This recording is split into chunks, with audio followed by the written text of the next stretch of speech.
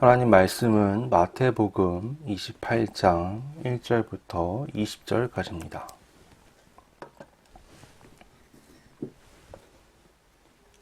마태복음 28장 1절부터 20절까지입니다.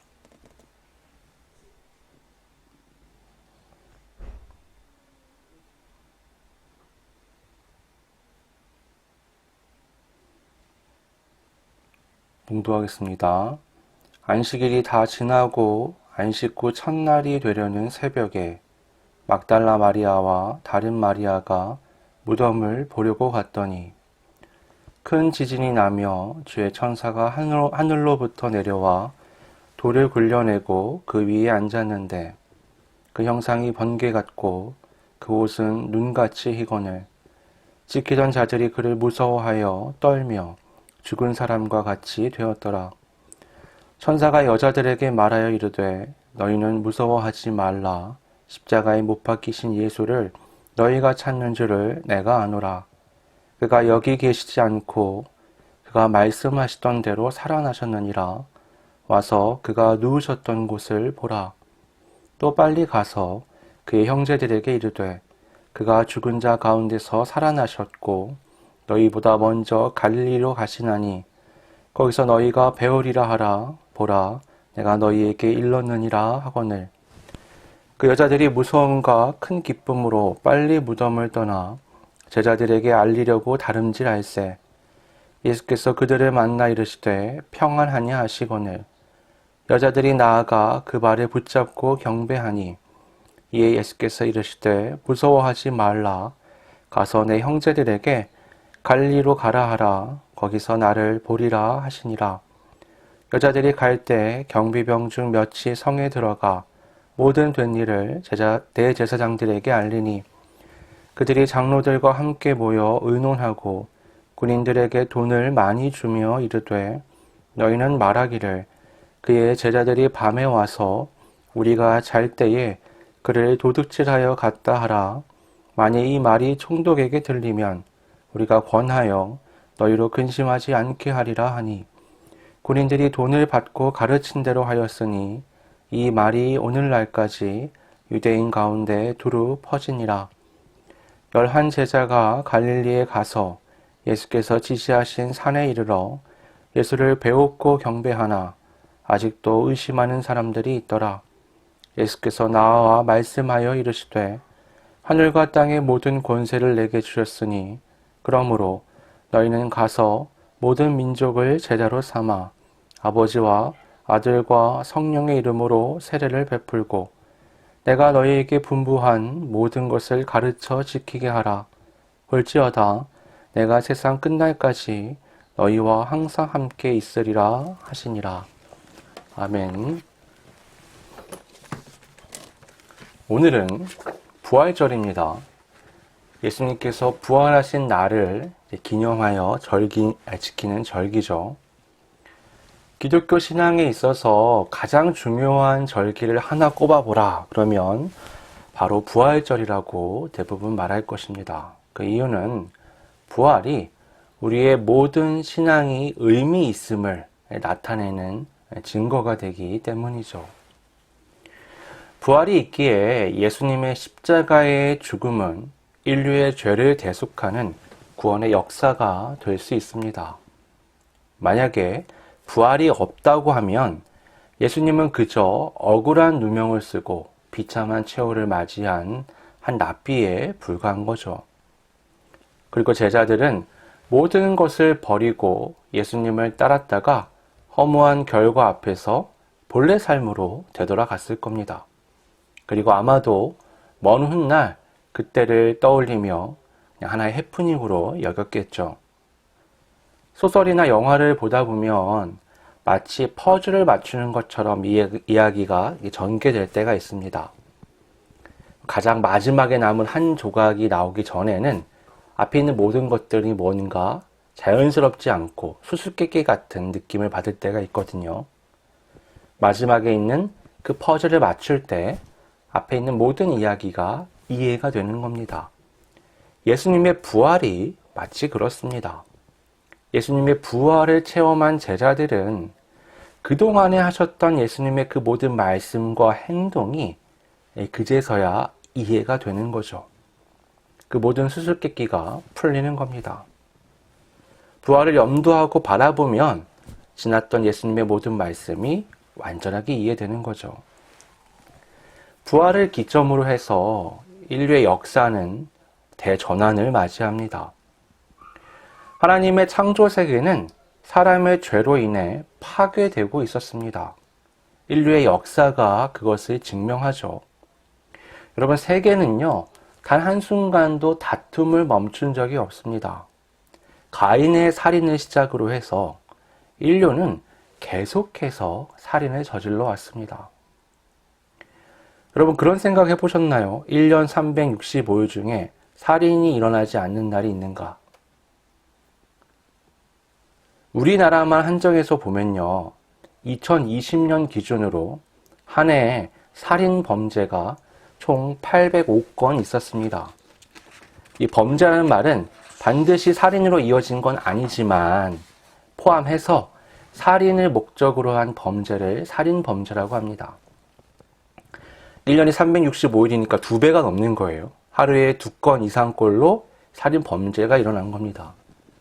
그 중에 실제로 사람이 사망한 사건은 297건으로 전체의 41%가 됩니다. 그러니까 10번 중에 4번은 실제로 사망을 하게 된 거죠. 충격적인 건요, 이 살인 범죄에서 범죄자와 피해자의 관계가 그럼 뭐냐? 친족이 24.3%로 가장 높았습니다. 그 다음이 이웃 또는 지인으로 16.3%, 애인이 7.5%, 친구나 직장 동료가 7.5%입니다. 일면이 없는 그 타인은 16.8%에 불과합니다. 이것이 시사하는 바가 뭐죠? 우리가 가장 많은 시간을 함께하는 사람들이 그 관계 자체가 가장 많은 살인 범죄로 이어지는 바탕이 된다는 겁니다. 그러니까 우리는 길 가다가 위험한 사건에 휘말려서 죽을지 모른다는 염려를 하지만 실제 살인 사건은 그런 데서 일어나는 게 아니라 대부분 내가 살아가던 많은 사람들과의 관계 속에서 일어나는 겁니다. 여러분, 살인 범죄만 이 정도입니다. 이것을 토대로 생각하면 전 세계가 1년 365일, 지난 수천 년 동안 거의 매일 살인이 일어났다고 추측해보는 것은 억측이 아니겠죠. 여러분, 그것이 우리의 본성입니다. 그것이 우리의 삶이고 그것이 우리의 역사죠. 우리는 지난 수천 년 동안 그렇게 대단하고 아름답고 위대한 것을 세워나가지 못했습니다. 아무리 우주에 로켓을 쏘아 올리고 바닷속을 탐험하고 대도시를 세우고 문명과 문화를 발전시키고 꽃피워도 우리의 살인 본능은 멈추지가 않는 거죠. 여러분, 국제 외교에서 가장 중요한 게 뭐죠? 양국의 평화인가요? 아니죠. 항상 자국의 이익이 첫 번째가 됩니다. 그 이익을 따져서 평화를 선택하기도 하고요. 전쟁을 선택하기도 하는 거죠. 우리가 만든 세계라는 게 이런 겁니다. 이러한 죄와 사망의 세계에 예수 그리스도께서 오셨습니다. 그리고 우리의 그 모든 죄를 짊어지고 십자가에 죽으셨죠. 그리고는 부활하셨습니다. 우리가 예수님의 부활을 생각하면서 오해하지 말아야 할 것이 있습니다. 부활은 십자가의 죽음의 연장선에서 이루어지는 역사라는 겁니다. 부활 이전에는요, 죽음이 있습니다. 영광의 이전에는 고난과 고통이 있죠. 예수님의 부활이 나의 부활로 연결된다면 예수님의 십자가의 죽음 역시 나의 죽음으로 연결되어야 하는 겁니다. 마태복음 18장 8절 9절은 이렇게 말씀합니다. 만일 내 손이나 내 발이 너를 범죄하게 하거든 찍어내버리라.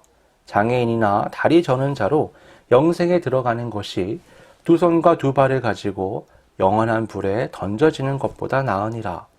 만일 내 눈이 너를 범죄하게 하거든 빼어내버리라. 한 눈으로 영생에 들어가는 것이 두 눈을 가지고 지옥불에 던져지는 것보다 나으니라. 이건 사실 과장된 말씀이죠. 진짜로 손과 발을 자르고 눈을 빼어내라는 말씀은 아닙니다. 하지만 그 정도로 죄를 끊어내는 과정에 있어서는 엄청난 고통이 수반될 수밖에 없다는 걸 말씀하는 거죠. 그 고통의 과정이 있어야만 영생에 들어갈 수 있는 겁니다. 무언가에 중독된 경험이 있는 사람은 그것을 끊어내는 것이 얼마나 큰 고통인지 압니다. 마치 손을 잘라내고 눈을 뽑아내는 것 같은 고통이 있는 거죠. 죄의 본성이 그렇습니다. 나의 욕망도 그렇습니다. 그래서 바울 사도는 매일 자신을 쳐서 복종시키는 그 고통의 과정을 통해서 하나님의 백성으로서의 삶을 유지해 간다라고 말씀하는 거죠. 부활의 영광은 거저 주어지는 게 아닙니다. 자기 십자가를 지고 예수님의 뒤를 따라가는 사람만이 부활의 영광에 도달할 수 있는 거죠. 우리가 몇 주 전 나눈 말씀에서 부자와 나사로 이야기가 있었잖아요. 부자는 아브라함에게 나사로를 다시 살려서 자신의 5 형제에게 가 메시지를 전해달라고 부탁합니다. 하지만 거절당하죠.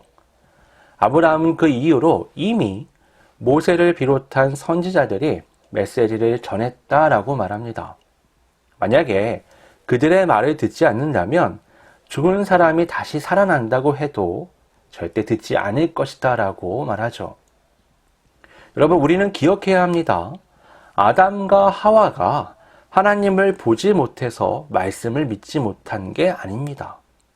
그들은 날마다 하나님을 뵙고 대화하며 함께 했습니다. 사람이 하나님을 믿지 못하는 건 보지 못해서가 아니라 자기 스스로 하나님을 거부하기 때문이죠. 사람의 죄는 하나님이 아닌 자신을 사랑하는 것에서부터 시작합니다. 하나님의 자리에 나를 둔다는 건 하나님을 사랑하지 않고 나를 사랑하겠다는 것을 나타내는 거거든요. 예수님께서 최고의 율법이 뭐냐라고 했을 때 그것을 하나님 사랑과 이웃 사랑이라고 말씀하신 건 우연이 아닙니다. 주기도문에서 아버지와 우리가 반복되어 강조되는 것도 우연이 아니죠. 사람은 자신이 아닌 하나님을 바라고 또 이웃을 향할 때 비로소 사람다운 삶이 가능합니다. 그것이 하나님이 창조하신 사람의 본 모습인 거죠. 그렇지 않다면 우리가 통계에서도 확인할 수 있듯이 우리의 가장 긴밀하고 친밀한 관계 속에 오히려 끔찍한 살인은 멈추지 않게 되는 겁니다. 오늘 본문에서 본다라는 동사가 반복되거든요. 1절을 보면 막달라 마리아와 다른 마리아가 무덤을 보러 갔다 이렇게 말하죠. 그들은 부활하신 예수님을 보러 간 것이 아니었습니다. 그들은 부활을 상상하지 못했죠. 그들은 그저 급하게 매장했던 예수님의 시신을 다시 싸매고 향처리하며 정리하기 위해서 무덤을 찾은 겁니다. 그곳에서 그들은 생각하지 못한 전혀 엉뚱한 일을 목격하게 됩니다. 무덤에 도착했을 때 큰 지진이 나면서 천사가 내려왔고 그가 돌을 굴려내고는 그 위에 앉은 겁니다. 그 형상은 번개 같았고 옷은 너무나 하였습니다. 그 현상을 이 여자들만 본 것이 아니라 그곳에 있던 로마 군인들도 보았습니다. 그들은 너무 놀란 나머지 마치 죽은 사람인 것처럼 기절해버렸죠. 천사는 여자들에게 말합니다. 너희는 무서워하지 말라. 십자가에 못 박히신 예수를 너희가 찾는 줄 내가 아노라. 그가 여기 계시지 않고 그가 말씀하시던 대로 살아나셨느니라. 와서 그가 누우셨던 곳을 보라. 너희는 분명히 십자가에 못 박혀 죽은 예수를 찾으러 왔지. 하지만 그는 말씀하시던 대로 부활하셨다. 와서 보라는 겁니다. 그들이 당연히 본다고 생각하고 왔던 것을 그것이 아니라 전혀 새로운 것으로 뒤집어서 보여주는 거죠. 그리고는 이어서 7절에 이렇게 말합니다. 또 빨리 가서 그의 제자들에게 이르되 그가 죽은 자 가운데서 살아나셨고 너희보다 먼저 갈릴리로 가시나니 거기서 너희가 배우리라 하라. 보라, 내가 너희에게 일렀느니라. 여자들은 예수님의 시신을 보러 왔습니다. 그런데 그들에게 들리는 메시지는 부활하신 예수님을 보게 될 것이다 라는 겁니다. 흥미로운 건 이 메시지가 지금 갑자기 주어진 게 아니라 예수님께서 평소에 하시던 말씀대로 성취되었다라는 겁니다.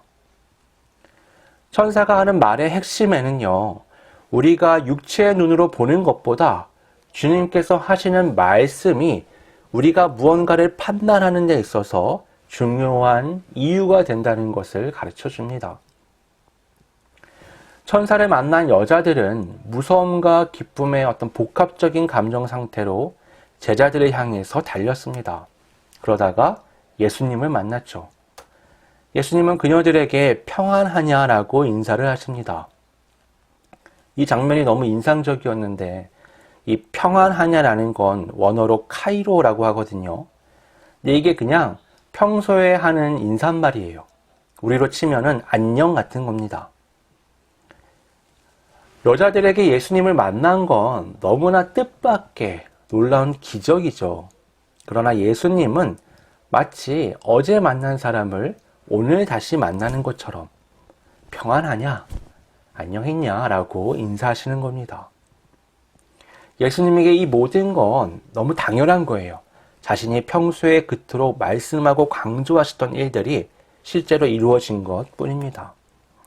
그러면서 이렇게 말씀하십니다. 무서워하지 말라. 가서 내 형제들에게 갈릴리로 가라 하라. 거기서 나를 보리라.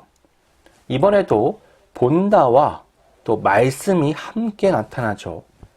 예수님은 제자들이 갈릴리에서 예수님을 보게 될 것이라고 말씀하십니다. 그리고 이 말씀은 16절에 가서 이루어지죠. 여자들은 제자들에게 가서 이 말씀을 전했습니다. 같은 시간에 천사를 보고 또 천사의 음성을 들었던 경비병 중 몇 명이 대제사장을 찾아가 자신들이 경험한 것을 그대로 알렸죠. 그러자 대제사장들은 제사장들과 회의를 한 후에 경비병들에게 많은 돈을 주며 거짓말을 퍼뜨리라고 합니다. 거짓말의 내용은 이 경비들이 밤중에 잠이 들었을 때 제자들이 와서 몰래 예수님의 시신을 훔쳐 갔다는 겁니다. 이 말은 사실 누가 들어도 거짓말입니다. 한밤중에 거대한 돌을 굴리는데 조용할 리가 없죠. 그것을 목격했다면 당연히 막았을 겁니다.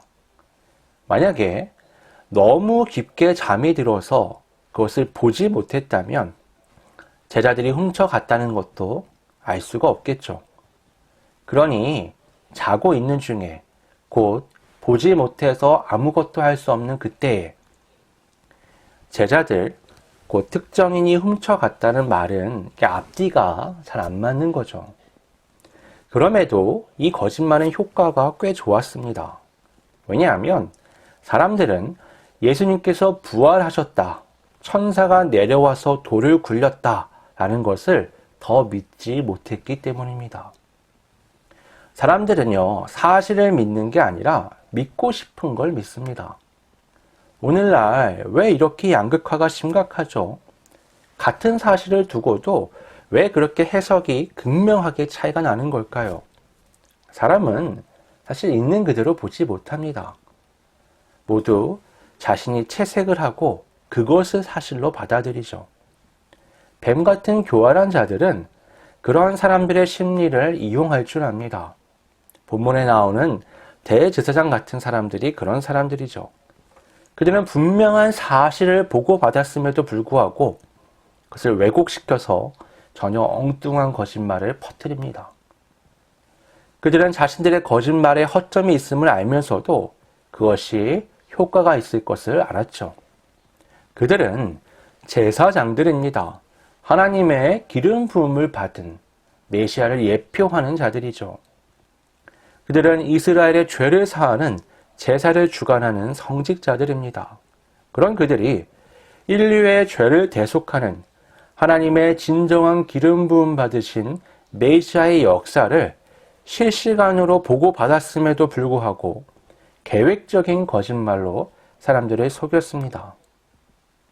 그들은 자신들이 예수님을 따르지 않았을 뿐만 아니라 거짓말로 사람들이 예수님을 따르지 못하게 만들었습니다. 그들은 하나님을 위한 사람들이 아니었던 거죠.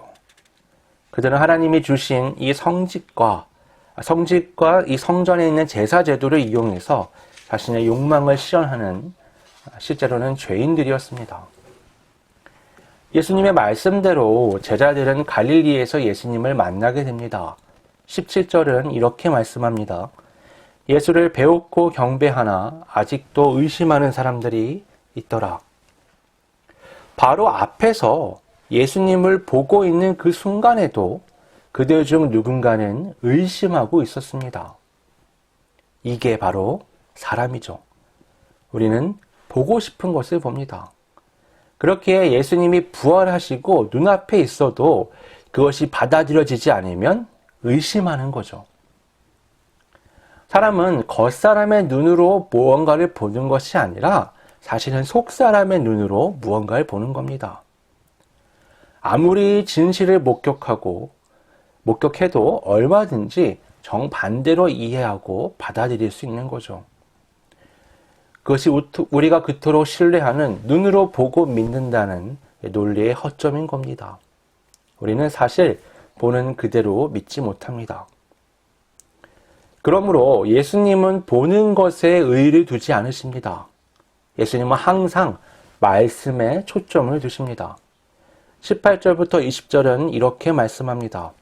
예수께서 나와 말씀하여 이르시되 하늘과 땅의 모든 권세를 내게 주셨으니 그러므로 너희는 가서 모든 민족을 제자로 삼아 아버지와 아들과 성령의 이름으로 세례를 베풀고 내가 너희에게 분부한 모든 것을 가르쳐 지키게 하라. 볼지어다 내가 세상 끝날까지 너희와 항상 함께 있으리라 하시니라. 예수님은 말씀하십니다. 자신이 이제까지 말한 모든 것을 모든 민족에게 말하라고 말입니다. 보는 것이 아닌 말하는 것으로 구원이 확장될 것이라고 말씀합니다. 그 말씀대로 지난 2000년 동안 복음은 보고 믿는 형태가 아니라 말하고 전해 듣고 믿는 형태로 세계에 전해졌습니다. 수많은 사람들이 그 말씀을 듣고 믿음을 가졌죠. 로마서 10장 17절은 이렇게 말씀합니다. 그러므로 믿음은 들음에서 나며 들음은 그리스도의 말씀으로 말미암았느니라. 복음은 논리적이고 물리적인 이해의 영역이 아닙니다. 앞뒤가 맞지 않는 거짓말이 더 쉽게 받아들여질 정도로 복음은 우리의 상식을 벗어난 겁니다. 하지만 흥미롭게도 말씀으로 전달되는 이 복음을 들을 때 믿음이 생겨납니다. 말씀을 들을 때 구원의 역사가 일어납니다. 그것이 하나님께서 정하신 구원의 방법입니다. 여전히 의심하는 자도 있는 제자들에게 예수님은 세상 끝날까지 내가 너희와 함께하게 되는 것을 보게 될 것이다 라고 말씀하십니다. 내가 하는 이 약속을 너희의 평생의 삶을 통해서 경험하게 되리라고 말씀하십니다. 이처럼 부활은 아담을 시작으로 한 죄의 역사를 관통하고 지난 2000년 제자들의 삶을 관통하고 오늘을 사는 나를 관통해서 세상의 끝날을 향해서 나아가는 겁니다. 성경, 곧 구약과 신약은 예수 그리스도의 오심과 그분의 십자가의 대속, 부활, 그리고 승천과 재림을 말씀하죠. 이 말씀을 듣고 믿는 것, 그리고 그 믿음으로 사는 것이 부활을 기념하는 그리스도인의 삶이 되어야 하는 겁니다. 오늘날 우리의 사회를, 세계를 정확하게 바라봐야 합니다.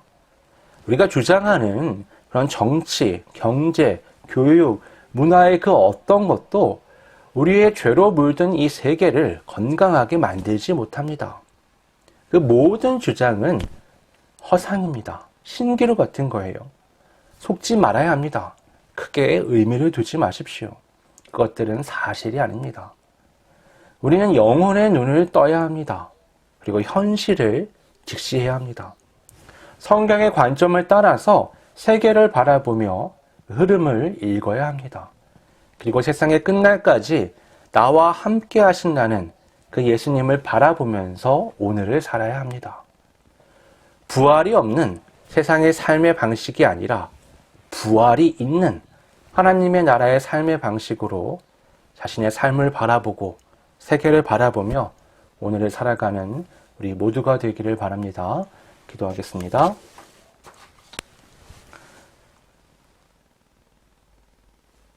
아버지 하나님, 예수님의 부활은 눈으로 보고 믿는 것이 아니라 내 속사람의 눈으로 바라보며 믿음으로 반응하는 것임을 성경을 통해서 확인하였습니다. 그 놀라운 역사를 경험해도 마음의 눈을 들어서 보지 못하는 자들은 믿지 못하고 여전히 죄의 길을 걷고 오히려 악을 퍼뜨림을 우린 또한 목격하였습니다. 오늘날 이 세계 속에서 하나님의 부활을 통하지 않은 것들이 얼마나 추하고 더러운지 우린 경험하며 살아가고 있습니다.